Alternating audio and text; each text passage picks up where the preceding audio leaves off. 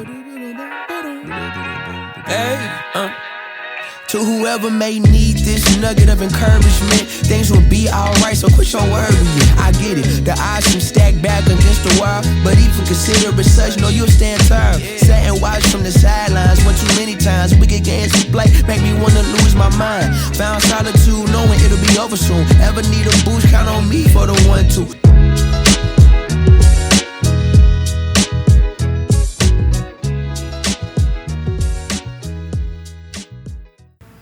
Welcome to the Suplex Sports Podcast.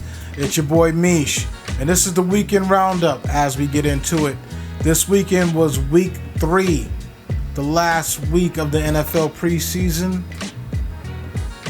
It's time to start cutting the cord with some of these players and move on as we make the cuts down to 53 going into the next NFL season, as well as some UFC news from over this past weekend, as well as some MLB and a few other things, little NFL news and some tidbits as well, including, we all know, my man finally got the bag. Jerry finally came out of pocket, but we'll get into it. UFC Fight Night from the Apex Center in Las Vegas, Nevada. It was my man Jared Cannonier versus Chao Beralto. Damn good fight, all 3 rounds. Beralto won by unanimous decision. Damn good fight, back and forth type of battle. Toward the later rounds, Beralto actually, took advantage, got down and dirty, and handled business the right way. Kudos to you, my boy. Kudos to you. Also on the card, Angela Hill versus Tabitha Ricci. Tabitha Ricci won by unanimous decision. Pretty decent fight most of the way. I thought it probably could have been swayed a little bit in some rounds, but ultimately, Ricci, she did her thing. She got the victory, unanimous decision. Also, Robert Valentin versus Ryan Loder. That was a TKO in a second round by Ryan Loder. Excellent matchup, excellent fight. My man Ryan caught him flush and took advantage. Also, Con Offley versus Myron Santos. Myron Santos with the second round knockout in his own right, defeating Offley. Pretty decent matchup, but everybody gets caught. That's how it went. Neil Magny, the veteran, versus Michael Morales. Unfortunately, Neil might be done. First round TKO. Now, Neil is a UFC veteran. He's been in the fight game for a very long time. Won't be surprised if, he keeps going, but, it didn't look good. First round TKO like that didn't look good at all, bro. Also, Edmund Shabazian versus Gerald.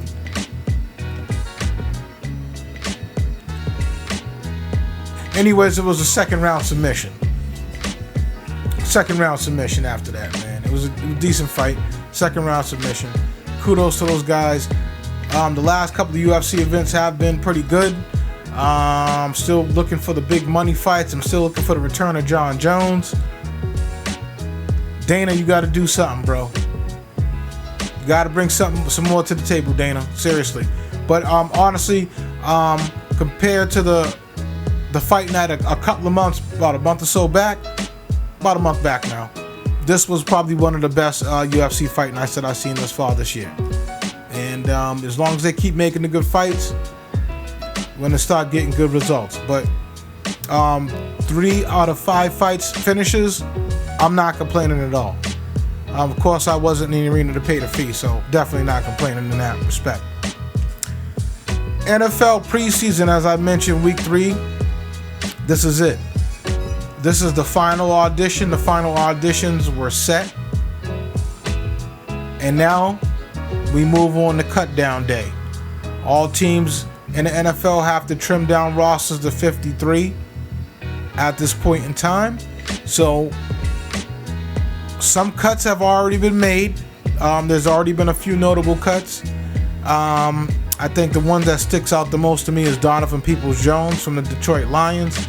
Big receiver, veteran. most of his time with the Cleveland Browns. I think he's very serviceable, about 6'2", 6'1", 6'2" of receiver, big receiver. Still a lot left in the tank. Very surprised at that cut, but then again, they do have a decent receiver room as is going in this season with Jared Goff at the helm. Also surprising cut for me also was Boston Scott from the LA Rams. Thought he would have been a good backup to complement Kyren Williams. Also quarterback Mike White, my boy Mike from the New York Jets, went down to Miami and just didn't make the cut. Mike White's he's out there, as well as Salvin Ahmed, also running back. He got cut. Kind of did see the writing on the walls with that. I mean, considering how good of a running back room Miami has right now. So, I mean, who knows? He could come back around full circle one more time. Tight end CJ Uzomah. He was released from the Eagles. As we all know, CJ was a beast a couple of years back. I think in the right system, he can still flourish. Very serviceable, especially in the blocking game. Essentially, another offensive lineman out there as well. Matt Breida was cut from the San Francisco 49ers. Longtime 49er Matt Breida. Kind of did see it coming. But, the 49ers, they've had quite a few running backs in their talent pool over the last 5 years. Jermichael Hasty, Jerick McKinnon, to name a few. But yeah, Breida, kind of surprised, but not surprised that makes any sense. But who knows? These guys can just get cut to get picked back up again. Also, big surprise for me was linebacker of Tampa Bay Buccaneers, Randy Gregory. I didn't see Randy getting cut. I didn't see that happening at any point. Considering everything that Randy's been through, especially with his time in Dallas, we'll see. I think Randy will get picked up by a team. Good veteran linebacker. We'll see. I think he'll definitely get picked up. All right, NFL. The big news of the day. My man got the bag finally. CD Lamb. CD got the bag. CD. About damn time. Got the bag finally. Finally. My man Jerry Jones finally came to the table and said, let me get this thing done. All right, here we are 2 weeks out before the season starts. Let me stop pussyfooting around. Let me lock up CD. It's done. Now going forward, Jerry has to worry about Dak and Micah Parsons.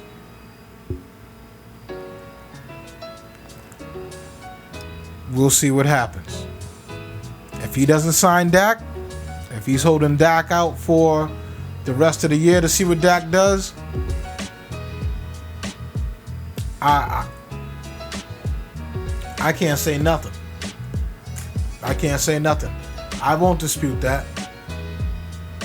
Won't dispute it at all. If Dak's on a 1 year, show me what you got, Dak. Show me you could bring us to where we need to go, then this is it.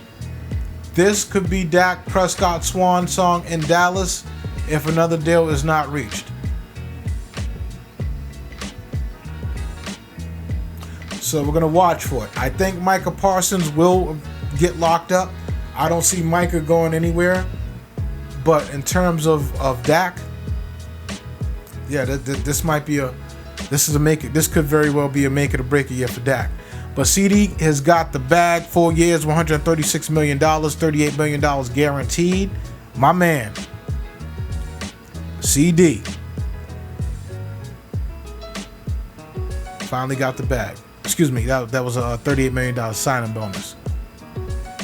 All right, also in NFL news, quarterback Malik Willis has been traded from the Tennessee Titans to the Green Bay Packers for a 2025 7th round pick. Think it's a good decision in a way. Frees up that quarterback room in Tennessee as well. But ultimately, I think that it gives Willis time to develop a little bit more behind Jordan Love. I think it's a perfect compliment to Jordan Love. If something was to happen to Jordan Love, you got a Malik Willis there. But I think, in the right system like Green Bay, as Jordan has over the last few years was patient enough to hone his craft and work hard and get better at it. And then, boom, he's thrust in a position. And thus far, he's handled it had a damn good first year at the helm. So Green Bay known for building up quarterbacks. Good decision on their part. There was fans that were asking Jerry Jones, owner and GM, to step down in the wake of the CeeDee Lamb, Dak Prescott, Michael Parsons situations and other situations going into the offseason. And Jerry gently responded with, and I quote, There's nobody that could fucking come in here and be a better general manager. End quote. That was verbatim from the great Jerry Jones. I think I will put this to the side to discuss with Ice Boston on a next upcoming Trends episode about Jerry Jones and the future of the Dallas Cowboys. Interesting topic. Also, a familiar face is back with the Kansas City Chiefs. Former New England Patriot Juju Smith-Schuster, who was released by the New England Patriots about a month ago, has now signed with the Kansas City Chiefs and has practiced today. Very familiar face to Pat Mahomes and the wide receiving core there. Knows the playbook. Not a bad move. I think it's pretty much an insurance move, which is not a bad thing at all on Kansas City's part, but we'll see how things goes as things start shaking out toward draft cuts. Final cuts before the start of the regular season. Texas wide receiver John Mechie III. John Mechie came out, highly touted out of Texas. Never got a chance to get himself up off the ground the way he should have due to injury. But I think he's very, very healthy now. And considering the wide receiver room that the Houston Texans has right now, I think that he is pretty much the odd man out. And it looks like the Texans could be potentially shopping John Mechie. I think that he could probably be very serviceable if he's back to that same form of the John Mechie of old. We have yet to really see John Mechie unleash. We had a little, few spurts of it last year, but we haven't seen him unleash. So I'm hopeful that John gets on a certain team that could allow him to display his talents a little bit more. So we'll stay tuned and see how that whole entire situation goes. My man Nick Chubb, he's to start the season on the PUP list. All right, so he'll be out the first 4 games of the year, and then they'll go ahead and assess from there. For anybody who was a fantasy football head, he was probably one of the best picks to have as a draft and stash guy. What round he will go?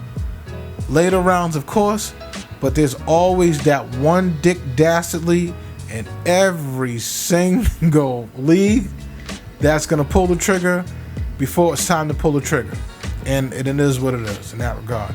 So,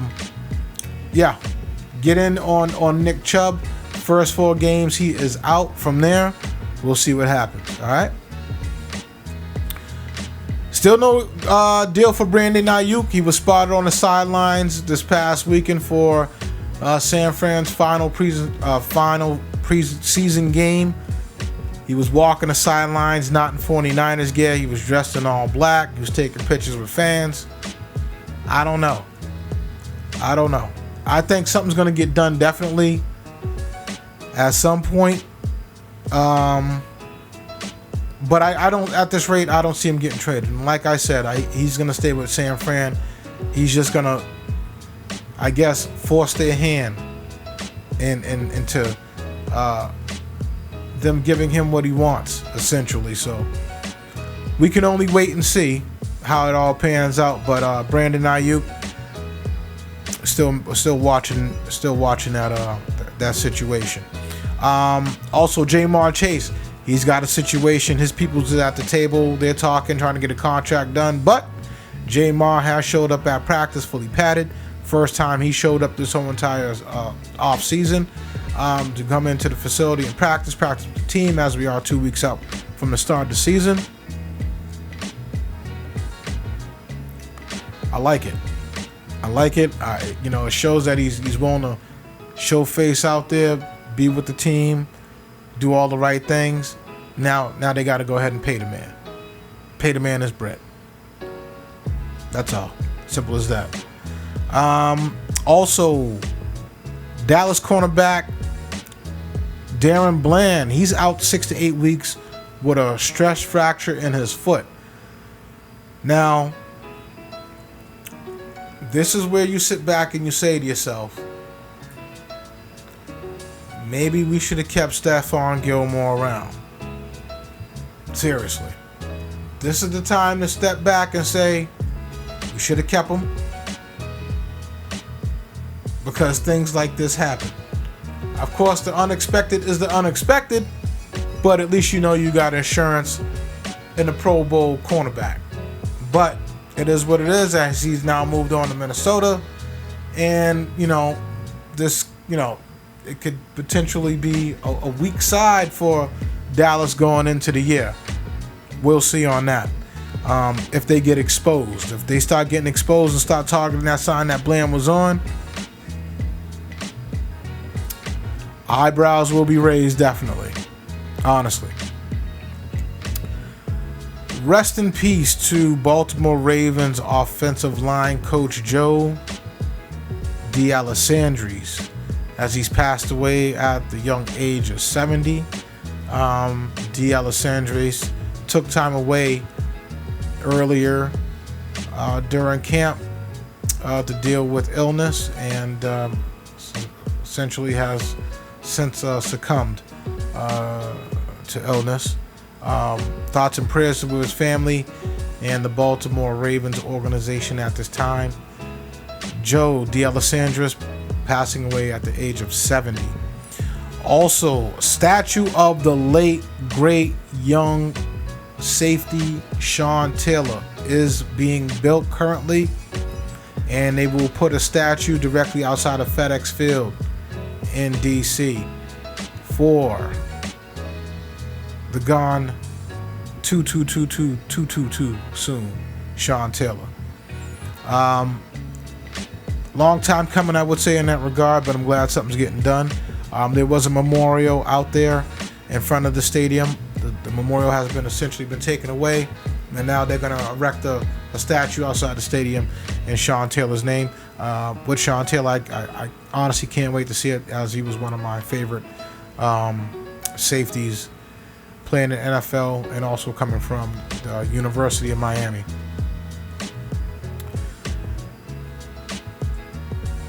Cardinals wide receiver Zay Jones, he will be suspended for the first 5 games of the season.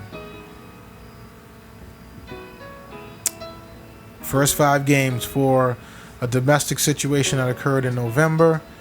Charges were dropped, but after an investigation done by the NFL, they went ahead and moved to suspend him for the first 5 games of the year.